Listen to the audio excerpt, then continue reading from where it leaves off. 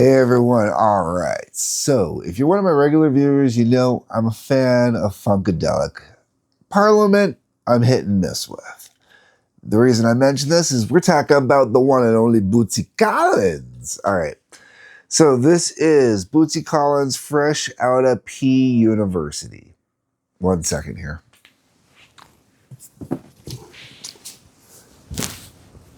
This pussy here wants to say hello. Pandora. My pussy Pandora wants to say hello. Won't stop bugging me. Keeps messing around. The tripod stand, of course. So, okay, back to this. Bootsy Collins, Fresh Outta P University. Now, I went in to the music store. What was this? Sunrise Records. This was like a couple weeks ago. And I was looking for specific CDs. I happened to see this one over where they generally keep the new hard rock heavy metal releases up by the front checkouts. For security purposes, makes sense.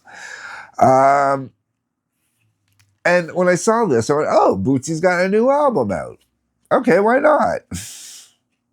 I didn't realize this was a reissue of a 97 album until after I got home. And it's not like it's an album I had already, so no big deal. The one thing, though, I had to do a little research on this, right? Because, I was like, okay, it's got a 97 date on it, so is this a reissue? Because I didn't recognize the name of any of the guest artists on here either.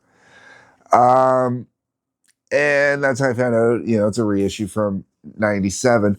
But this is not the US reissue. This is the European reissue. The track listing, there is an actual difference in the track listing between the US version of the album originally and the European album.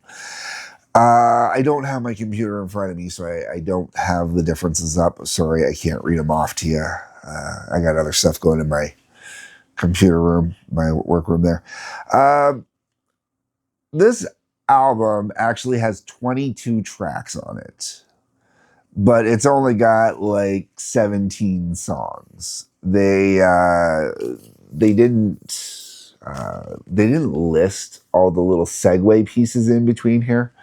So when I first put it on the first couple times and I wasn't paying attention, I was trying to figure out which tracks were which, and not all of them are, distinctly use the song's title in it, so it didn't make it easy. And then I had to pay attention. I love Bootsy. I love funk, man. And there's a lot of tracks on here that are really, really good. For the most part, most of this album, it doesn't do... I'd say this album is about 50-50 for me. It hits 50% of the time, it misses 50% of the time. And where it misses 50% of the time, that comes down mostly to musical preference and taste. I'm not big on slow R&B kind of numbers. There's a few I don't mind, and, depending on what the lyrical content is, depends on how much I enjoy it or whatnot.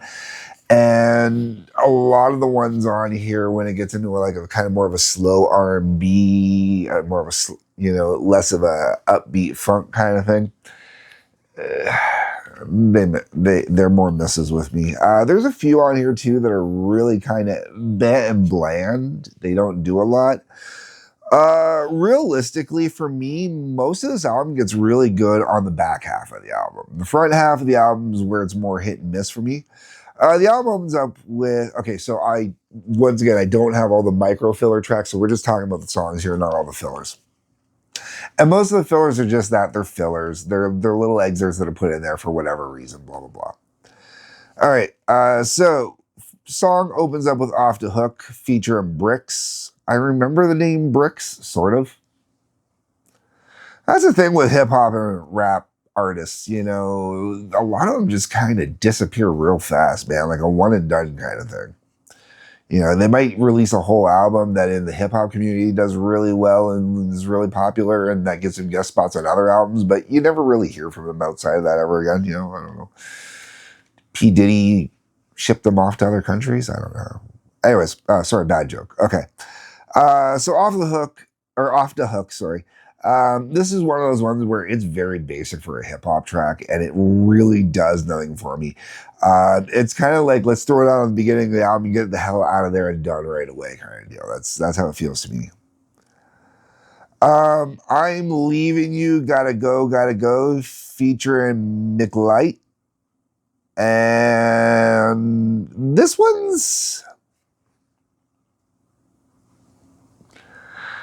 is that slower R&B kind of thing, like I was saying earlier, that doesn't do anything for me. I think a lot of it's personal preference, um, but it doesn't stand out even compared to other stuff. When I think of oh shoot, the I can't think of her name off the top of my head.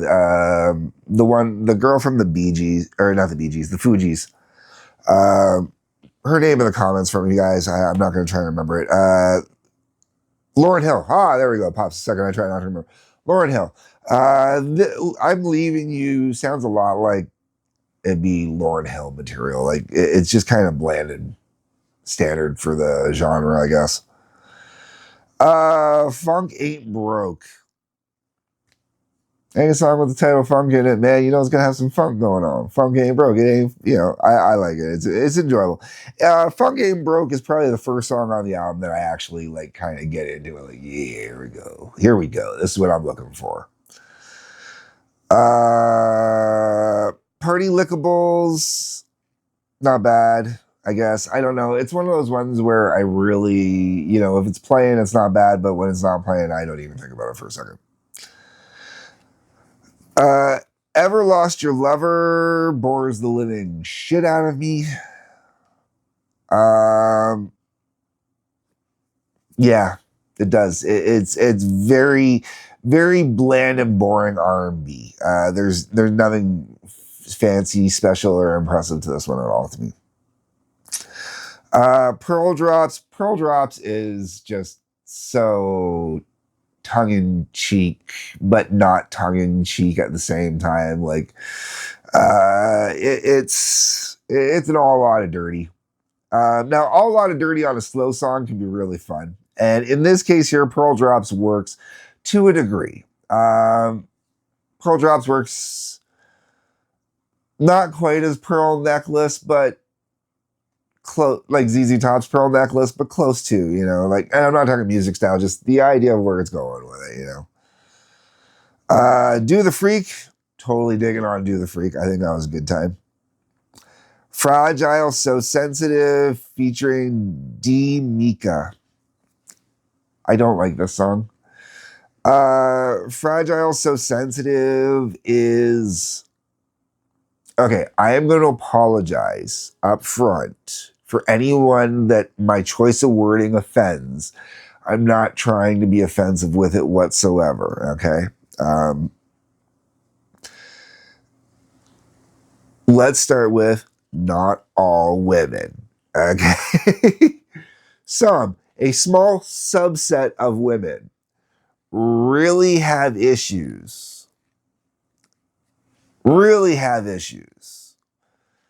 with men having issues with their behavior, and they feel, once again, small subset of women, and they feel that if a man doesn't like their woman hanging on another man or flirting with another man or whatever, he's being overly sensitive.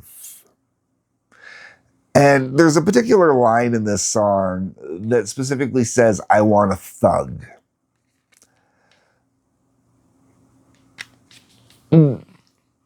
Why? Why do women still want thugs after all this time? Like, I would never call Bootsy a thug. Never would refer to Bootsy as a thug. He refers to himself as a dog a lot, and that's a whole different discussion we can get into. But Bootsy's not a thug. So to have someone on here that says that they want a thug, that kind of, I don't get it. I really don't get it. I mean, because I've had this discussion online with someone recently too. I'm a big fan of Lego. I play with Lego, so my display picture online is my Lego figure. My Lego figure that my wife bought for me, of me. And this girl starts mocking me and making fun of me. And her argument's the same thing. She's like, I want guys with Glocks and blah and blah blah. And it's like, are you special? Like, are you a special kind of special? Like, I don't get it. I really don't. Like, how am I supposed to take you seriously when you're saying that someone is being fragile or sensitive when you've literally got the worst taste in the world in men? When you show that, pardon my language once again, but you are mentally, when it comes to men, beyond belief. Not going to sugarcoat that one. I'm just going to not say the word out loud, but mouth it. You are mentally, if you are into thugs, sorry. There's something severely broken inside your head. Now, that being said, if you are a dog, you should probably go check yourself as well, man, because, well, that's nowhere near as bad as thugs. Not cool. And this is the thing, too, is it's one thing when you're playing a character and you're growing up with it, or if you're being poetic about the streets and the life that you grew up with. But when you're glorifying it and you're glamorizing it, and this is an issue I've always had with hip hop and rap in general, right? The glorifying the crime and the violence, everybody having to have a police record, that type of crap. Like, no one goes out and starts being a necrophiliac because they listen to Alice Cooper. You don't have to be a necrophiliac to enjoy Alice Cooper, okay? But for some reason, in order to be serious in the rap community, you have to have some type of rap sheet. Like it doesn't make sense. And I do blame stuff like this, songs like Fragile for literally the reason why there are so many screwed up people out there. Because if you want to go back, this is 97. So here we are almost 30 years later, and look at how badly society's degenerated, especially thanks to this specific subset, which unfortunately this subset has grown. All right, I've had that rant. Let me know what you think of that rant down below. Do you want to hear more rants like that? So yeah, D. Mika and Fragile, just skip it, it's garbage. All right, Hollywood If She Could. Now, I remember that this one specifically is on the European version, not on the US version. And I think this is a good tune, man. Now, I don't know the song that was switched out for it or whatnot, but I really enjoy Hollywood If She Could. And it's a fun tune. Wind Me Up featuring Ono. This one's a good one. I'm listening to it. I don't think too much outside of it. Good and Nasty, Personal Stash. All right. Bootsy. This was 97, and I realized in 97 you were not as old as you are now. Okay. But even for the age that you were at this time, man, this song was juvenile, even for you at this point, okay? Oh, man, Bootsy, I love you, man. It's great, but Bootsy. Then we get into the next song, Penetration and Funk We Trust. Okay, I absolutely love this song, man. Just absolutely works for me, and as much as the last one was kind of, and this was a little more fun in that. Homa da Freaks featuring Thomas D and Smudo. This one was good. I really enjoyed that one. I really thought it was great. And then it finishes off with Fresh Outta P University. Okay, so most of this album, the music is fantastic. The instrumentation is fantastic. Lyrics, they're going to be hit and miss for everybody. You like bass and drums, man. Like, if you like good rhythm with some good bass and drums, man, and plus all the other instrumentation, man, this is the stuff you want. This is the type of rap / hip hop album I always would have enjoyed because it is live music, live instrumentation. Sure, there's probably a little sampling and stuff like that in there, but you can hear the live music with the actual band members playing it. And to me, that is a lot better than just sampling off stuff. When you listen to this, you can hear where all the guys, all the people that were ripping their samples like through the 80s and the early 90s and that, why they were ripping them from Parliament and Funk, because Bootsy comes out, drops it down there, and he's nailing it and hammering everything home. I didn't listen to hip hop in this time period, and this would have gotten thrown into hip hop automatically. So I wouldn't have heard any of this at the time. And that's a bit of a shame because there's some stuff on here, man, is really enjoyable. It really is a good, fun, well written album. And the best tracks on here for me are the tracks where they're primarily just Bootsy doing Bootsy. And I like Bootsy doing Bootsy. It's fun. It's an enjoyable listen. And I would recommend this. If you can get this one, definitely try and get the European one. I don't know how to tell them apart because I didn't see any clear markings on the sticker. I just had a price sticker on it. So I would say look for this if you can find it. And look for the European version, man. It's really good. The US version might be good too. I just can't speak for it. There's like 3-4 song difference, I think.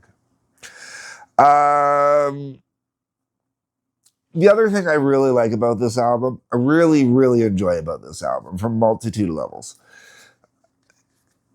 There's no N-bombs. I've listened to this album multiple times. I've really listened for it, and maybe I've missed it, but not a single N-bomb on this album. And to me, that is fantastic.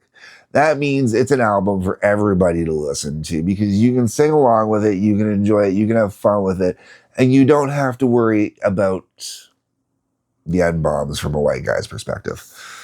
White person. Anybody other than black people, okay? Now, going with that, the other reason I really enjoy that is I really wish that the N-bombs would just totally disappear the whole way around from all music, all subject matter and whatnot. It's one thing when it's being used in a historically accurate context. But outside of that, man, there is no use for that word no more. That's a word that's got to go. And as long as everybody keeps using it in the hip hop industry, it's not going to be good. So for Bootsy to have a whole entire album without that on there once, to me, is fantastic. All right. That's enough on this one, folks. I've been a little sanctimonious, I guess, on this one. Talked a little too much onto subjects that were not music. Like I said, I think this album is worth getting, especially like if you're in a rhythm, you like the bass, you like drums, man. This is stuff you got to listen to. There's a reason why Bootsy is one of the most respected bassists in music, period. Okay? Check it out. Let me know what you think down below on my diatribes. Feel free to comment on those as well, as much as I don't like to get into those too often. We'll do it. Like button, subscribe button, bell for notifications, please and thank you. I'm trying to hit 200 before the end of the year, so if you can hit that subscribe button, that'd be great. Otherwise, folks, peace, love, take care, and keep that funk alive. Keep that funk alive.